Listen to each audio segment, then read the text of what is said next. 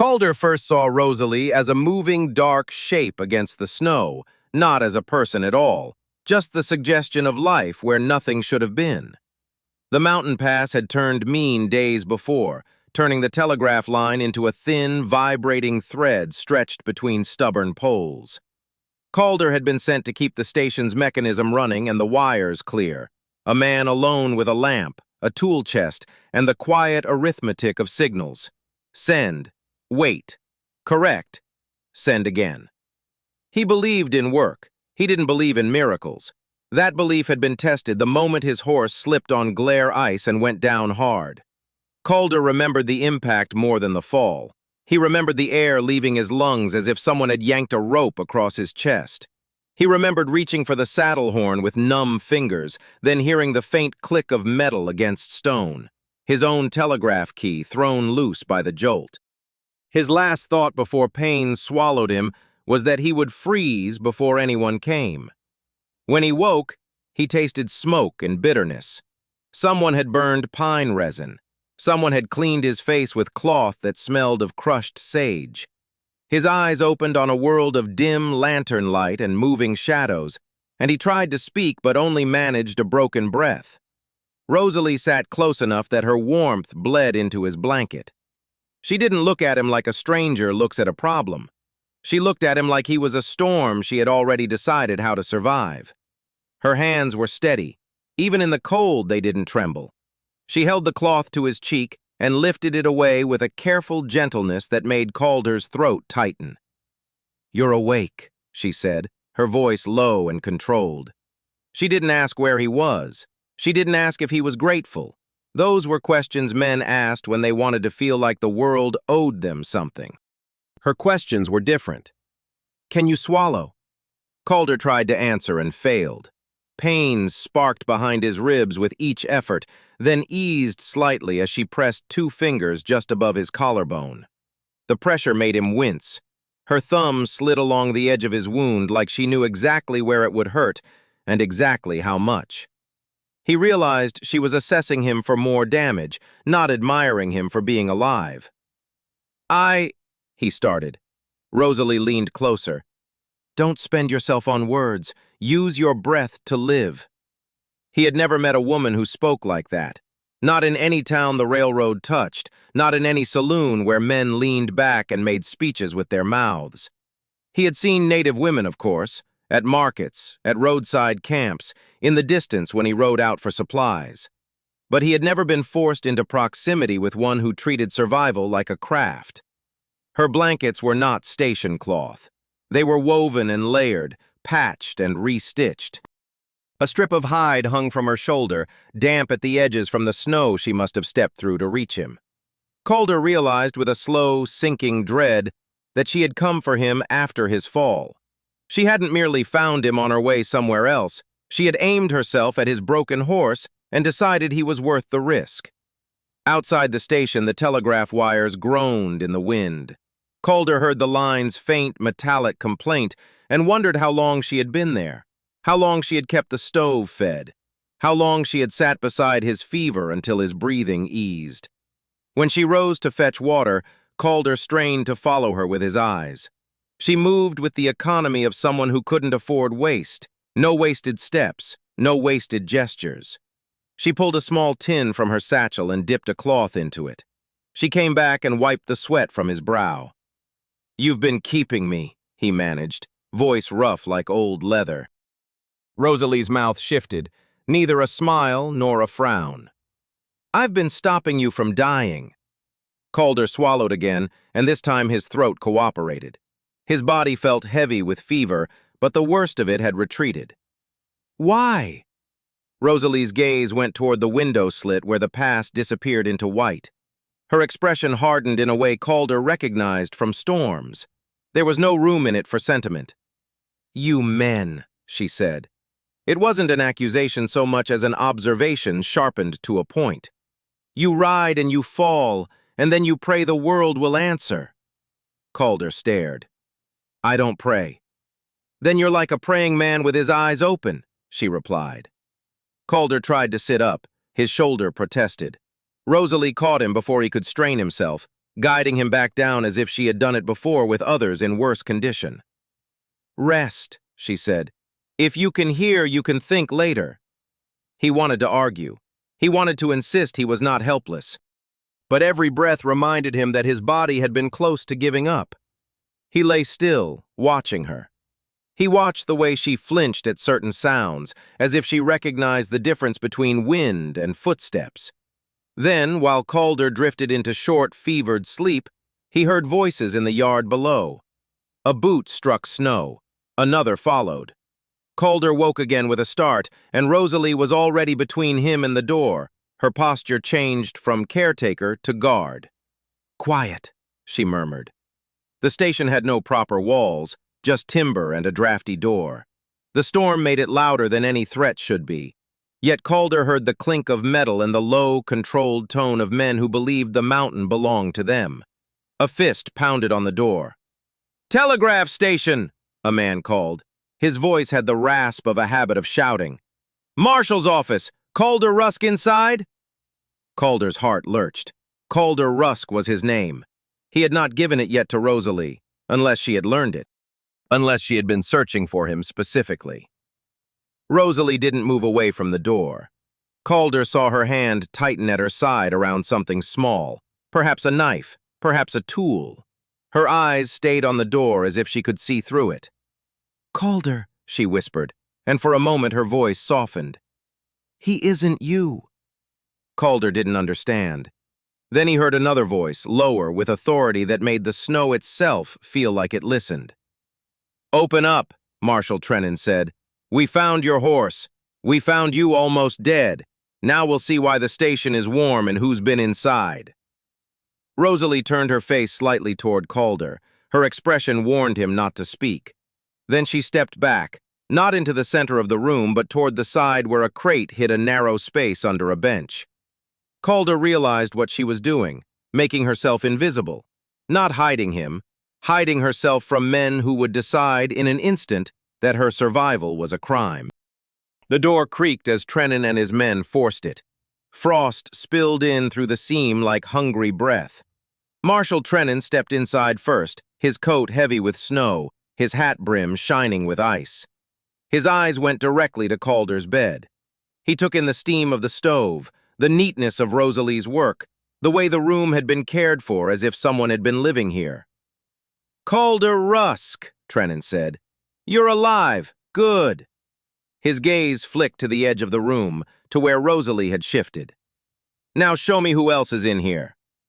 Calder's mouth went dry. He wanted to throw the truth at the marshal. He wanted to make Trennan understand that Rosalie had saved him. But Rosalie's presence beside his bed was no guarantee of kindness from those men. Calder had seen how people spoke of Apache women, as if they were wind, as if they could be blamed for the storm. Rosalie stepped out from the hiding space. In the lantern light, her face looked paler than Calder remembered, as if the cold had taken more from her than she allowed herself to admit. Yet she held her shoulders straight. She didn't look like a prisoner. She looked like a person who knew what prisons were made of and had no interest in entering one. Marshal Trennan stared at her. "You," his voice tightened. "An Apache woman in a telegraph station? How convenient." Rosalie did not lower her eyes. "Convenience is for men who believe the world moves for them." Trennan made a dismissive sound. "The world does move. It moves by law, and law says you belong elsewhere." "Law says many things," Rosalie replied. "It doesn't keep people from dying." Calder's breath caught. He should have been offended by her boldness. He should have been afraid for her. Instead, he felt something like relief, a strange, sharp relief that she refused to beg. Trennan's gaze returned to Calder, assessing. "You're stable now. Fine. But you don't get to keep her." Calder pushed against his blanket, fighting weakness. "She saved me."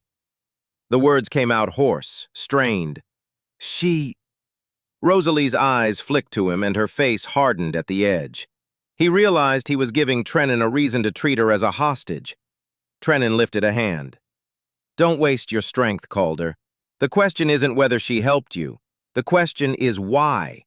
We've had reports of Apache riders approaching the line at night. We've had signal interference. We've had missing supply mules. So tell me, Calder, did you hire her? Did she steal your key? Or did she come here to sabotage the wires?" Calder's mind tried to make sense. He had been alone at the pass. He had not hired anyone.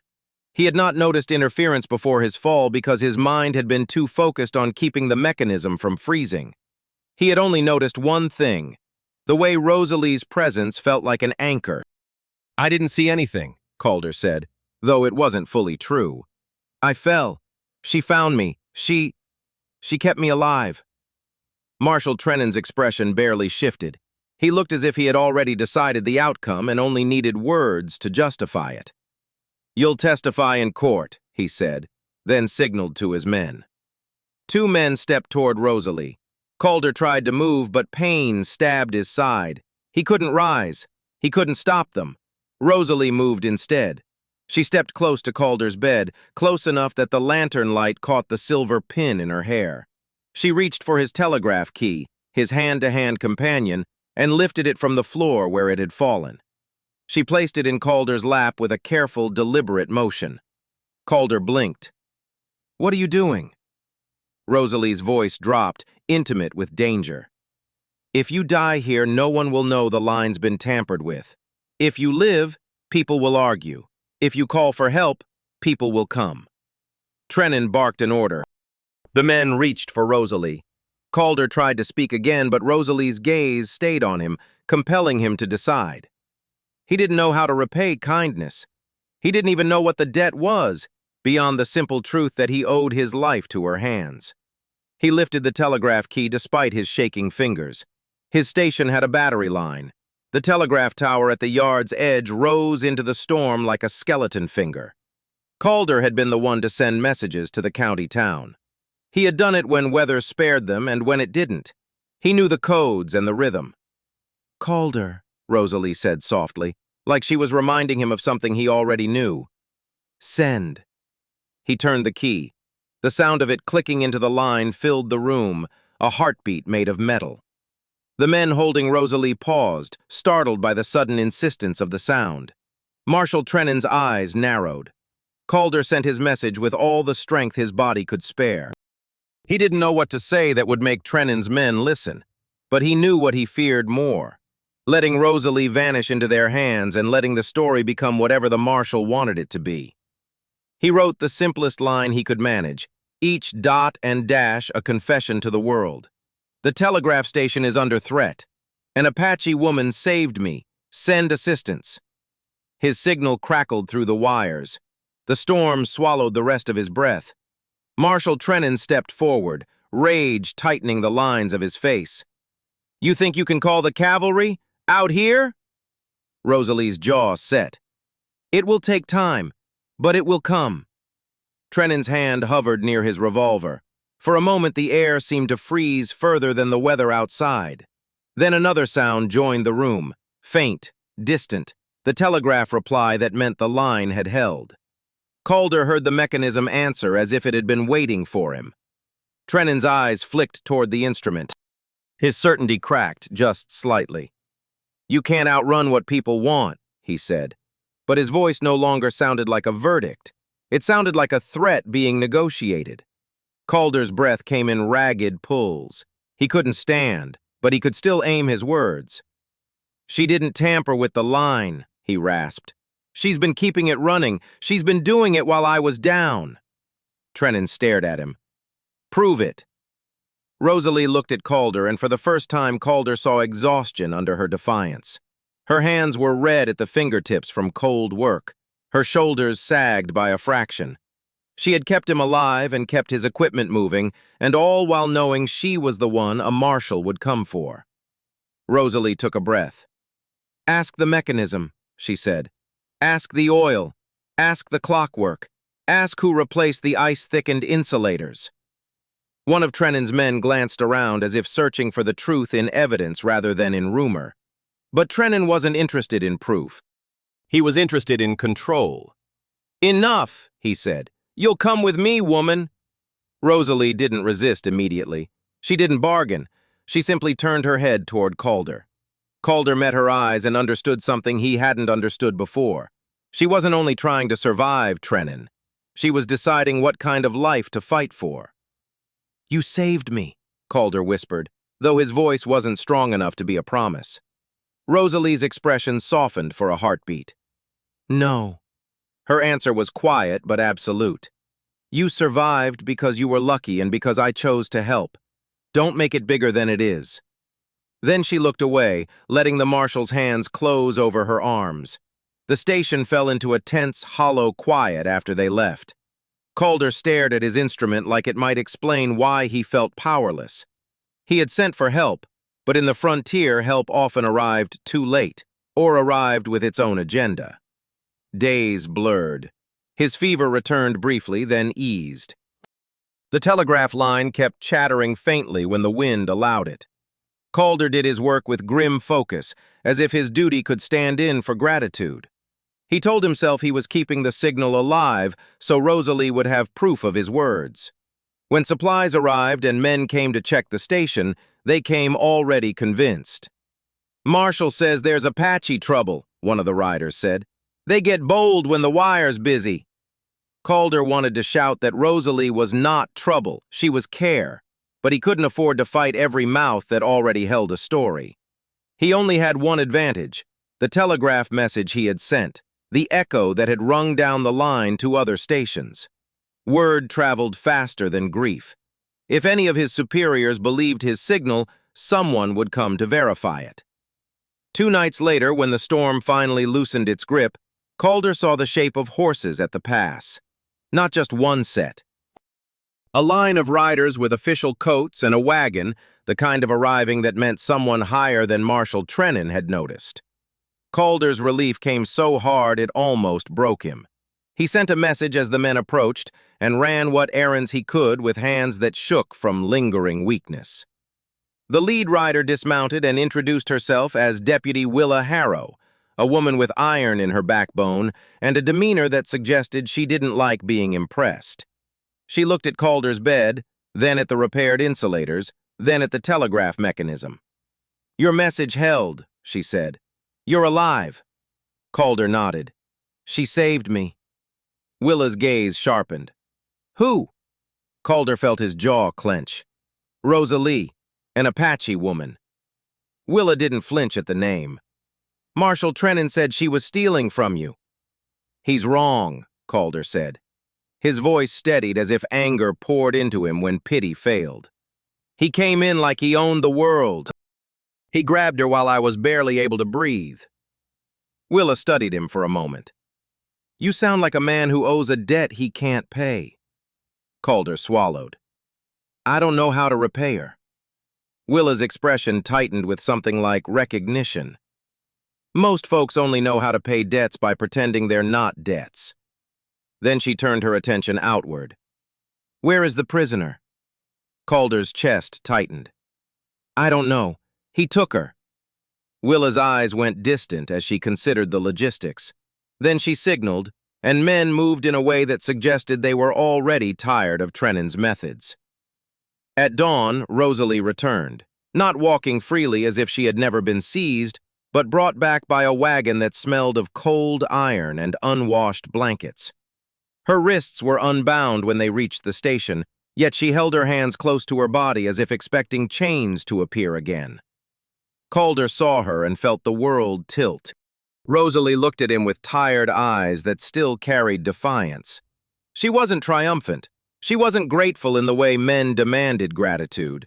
She was simply alive. Willa approached Rosalie first, careful and respectful, but firm. "Your name?" Rosalie answered without hesitation. "Rosalie." Willa nodded once.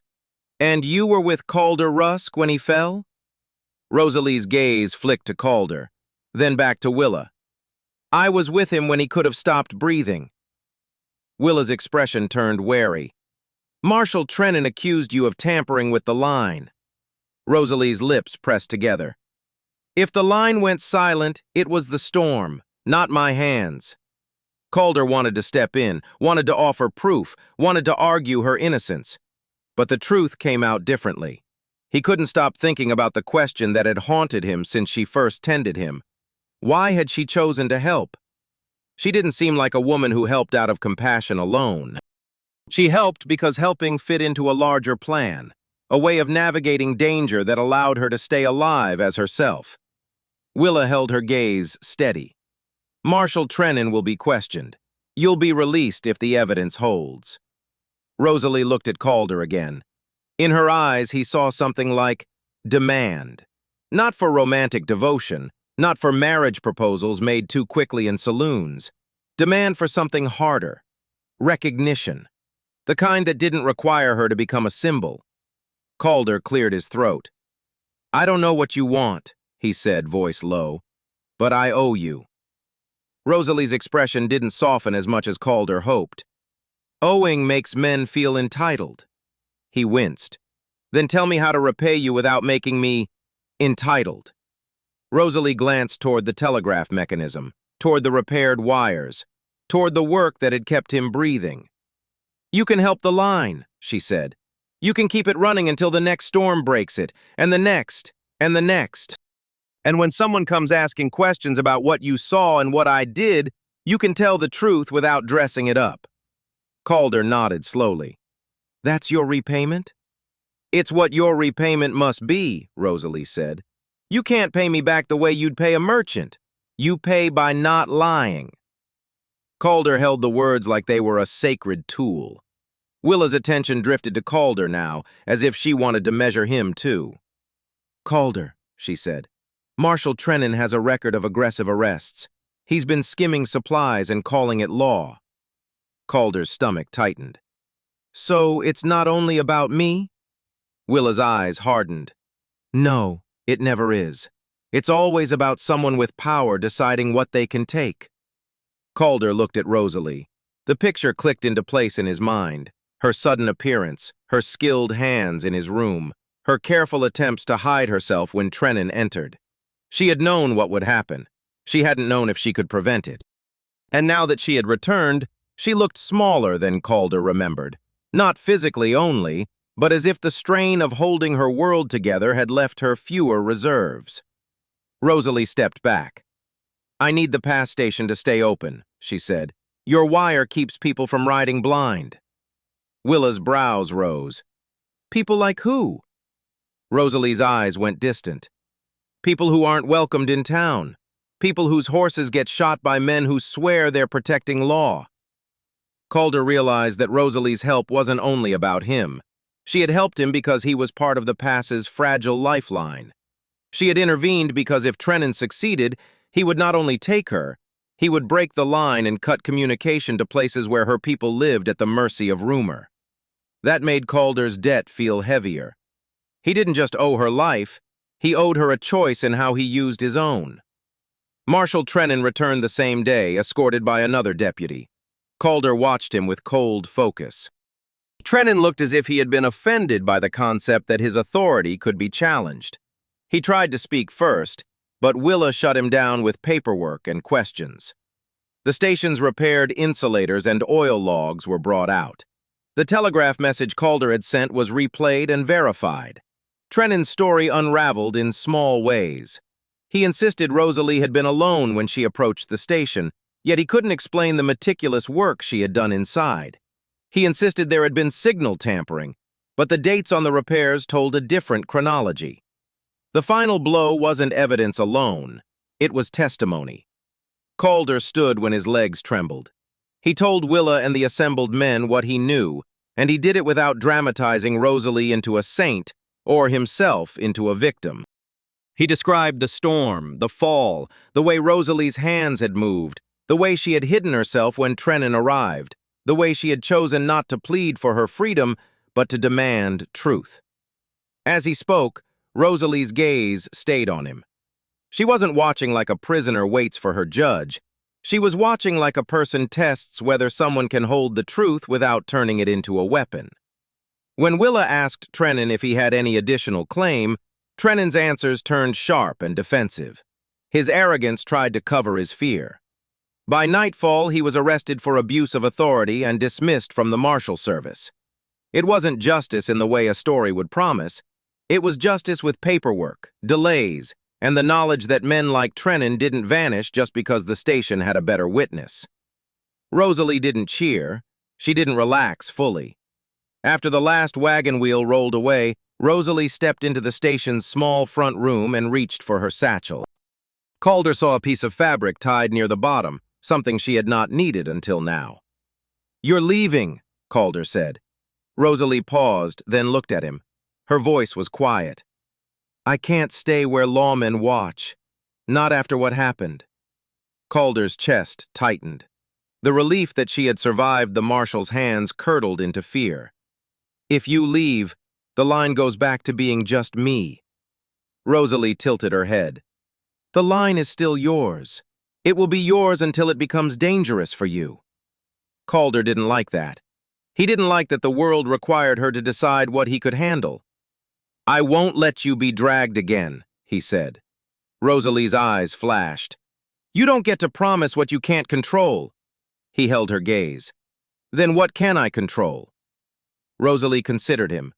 Calder saw her weigh the risks, whether to trust him, whether to teach him, whether to ask something that might be dangerous for both of them.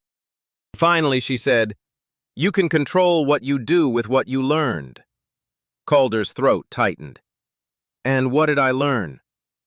"That men will come for what they think they can take," Rosalie answered. "That you can either let yourself become another man who takes, or you can become one who protects without owning." The word protect struck Calder like a nail. He realized he had wanted to protect her like a possession, like gratitude could become ownership. He understood now why Rosalie had refused his easy version of repayment. He swallowed. "I don't want to own you." Rosalie's mouth moved in a near smile that didn't quite form. "Then stop speaking like you do." Calder's face burned.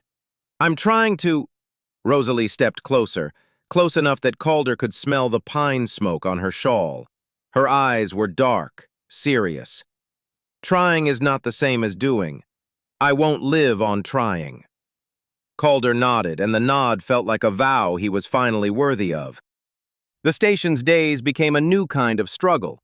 Rosalie stayed only long enough to guide the next maintenance cycle, showing Calder where the insulators were cracking, where the wire line could be reinforced against ice.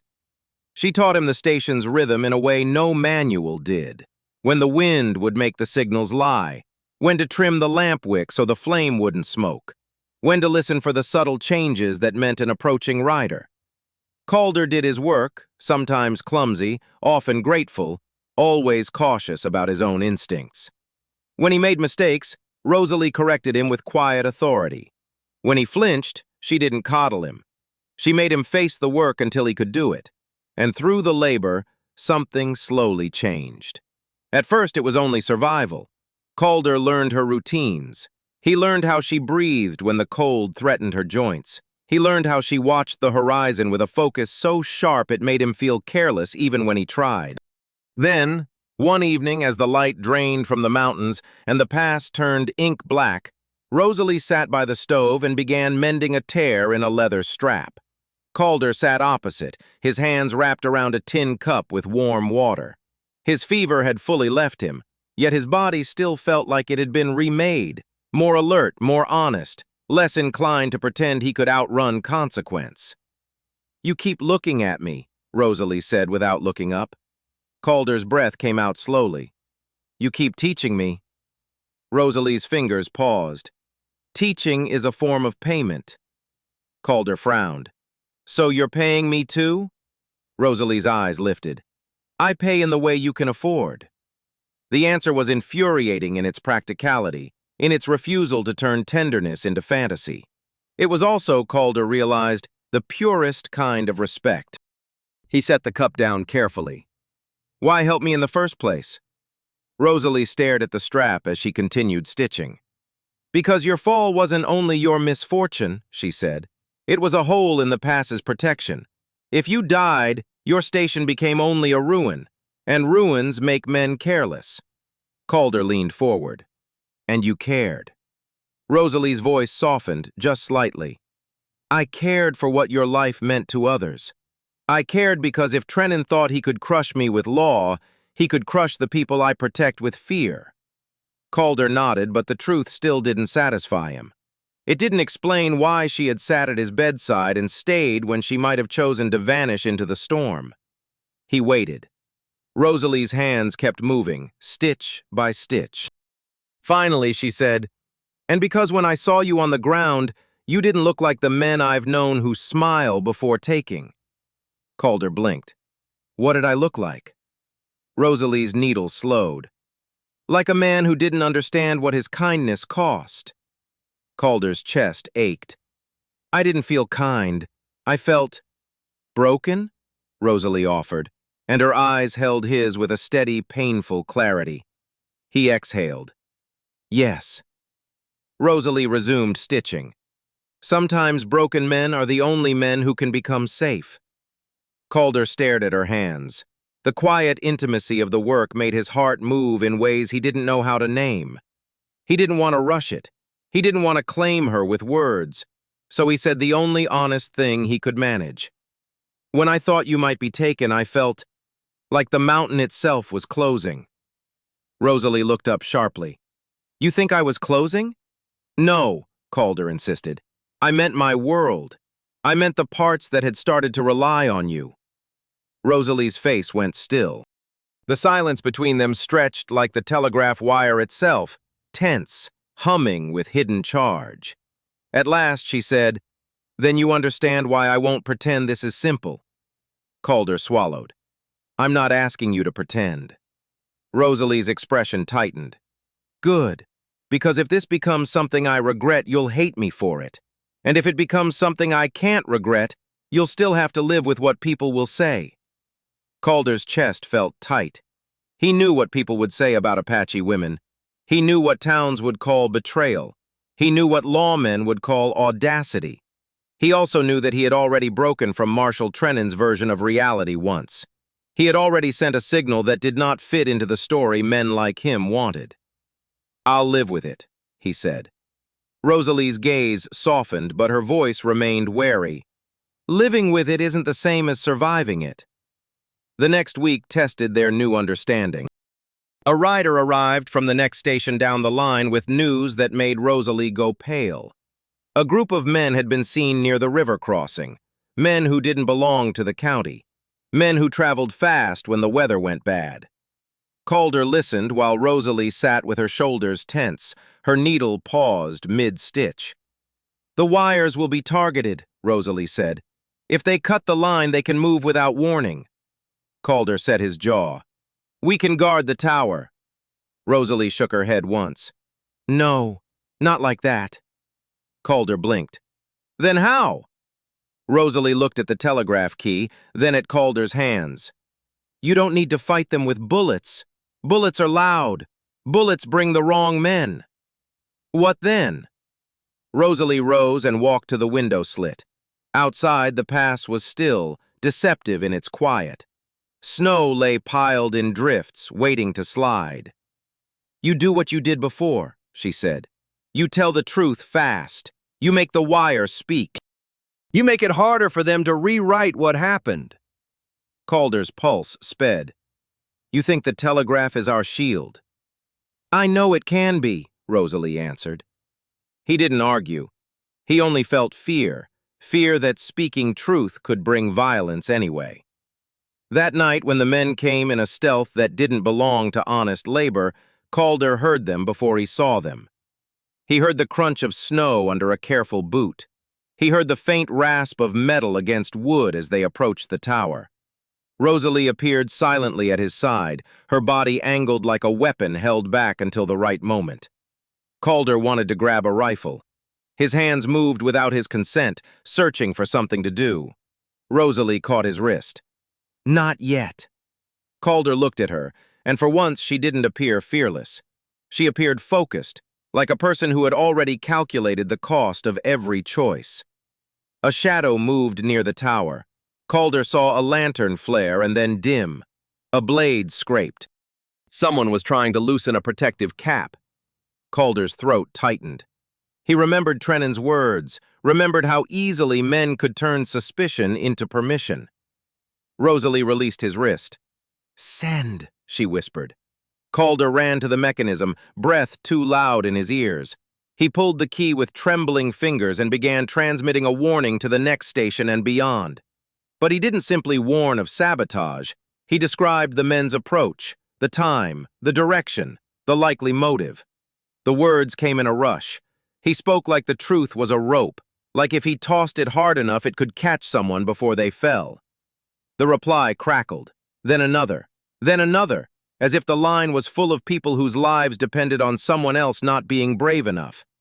The shadows on the tower paused. Calder heard footsteps retreat, quicker now, as if the sudden presence of other witnesses had made the danger real in a way threats preferred to avoid. Rosalie stood by him with her hands open, palms exposed. In the lantern light, her face looked carved from resolve. When the last sound faded into the distance, Rosalie exhaled slowly. She didn't celebrate.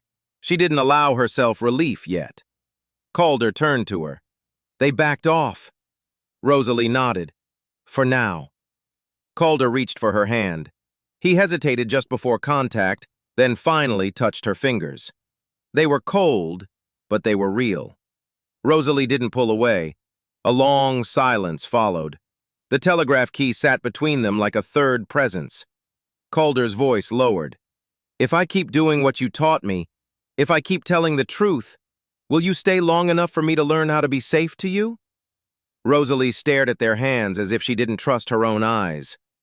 I don't know, she admitted. Calder nodded, accepting the uncertainty. Then we start with what we know. What do we know? Rosalie asked. Calder looked up into her face. That you saved me. That I won't waste what you risked. Rosalie swallowed. Her throat moved like a person holding back words that could burn. Then slowly she brought Calder's hand closer to her chest, not to claim him, but to remind him where warmth lived. I don't want to be saved, she said. I want to be chosen with honesty. Calder's heart pounded. I can do that. Rosalie's expression changed, still wary, still guarded, but no longer entirely closed. Then choose me, she said, and her voice cracked just slightly at the edges. Calder didn't mistake the request for a romance made from desperation. It was an invitation with boundaries, a promise that love could only exist if it respected survival. He leaned in, careful and slow, and pressed a kiss to the back of her knuckles rather than to her lips, as if he were asking permission from the part of her that had always been wary of being taken.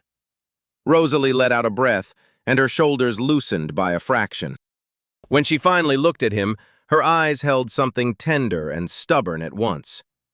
I'll stay until the next storm breaks, Rosalie said.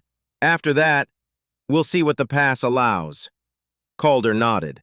I'll build something that can survive it. Rosalie's mouth lifted in a real, quiet smile that belonged to her, not to a crowd, not to a court. It belonged to a woman who had learned that love could be earned with consistent truth. In the weeks that followed, their romance grew the way the telegraph line did, stretched across difficult terrain, strengthened by repairs, tested by weather, and kept alive by someone who refused to let it fail. Rosalie taught Calder how to read the horizon and the wire's subtle signals, how to watch men's intentions the way others watched the stars. Calder taught Rosalie that not every white man was a trap.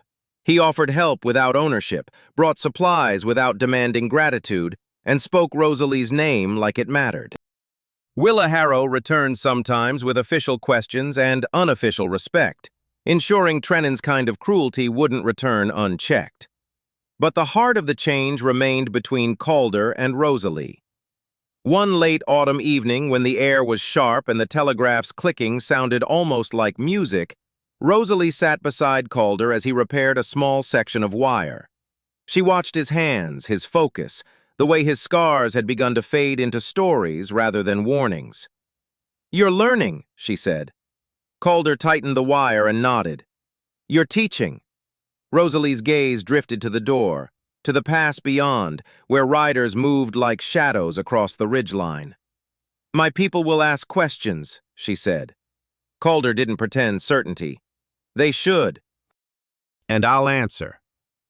Rosalie leaned her head slightly toward him. They'll want to know if you'll stand when others run. Calder looked at her, and in that look was the memory of his own fall, the panic, the fear, the humiliation of needing help. He remembered that she had stayed while he nearly disappeared from the world. "I'll stand," he promised. And this time it wasn't a dramatic vow, it was a steady truth. Rosalie closed her eyes for a moment, as if allowing relief to exist only briefly. When she opened them, she reached for Calder's hand and laced her fingers with his. "Then we'll begin," she said. Calder's throat tightened. "Begin what?"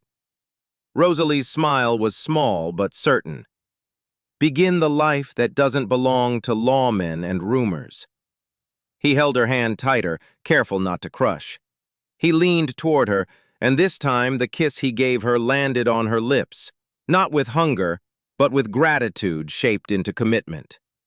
When they pulled apart, Rosalie rested her forehead against his. Outside, the mountain wind carried the Telegraph's faint hum into the dark.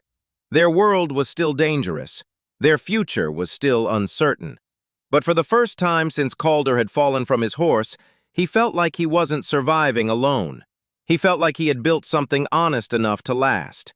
The storm returned the next morning, as storms always did. Yet in the station's lantern glow, Calder and Rosalie moved together, hands working, hearts steady, until the wires held and dawn arrived.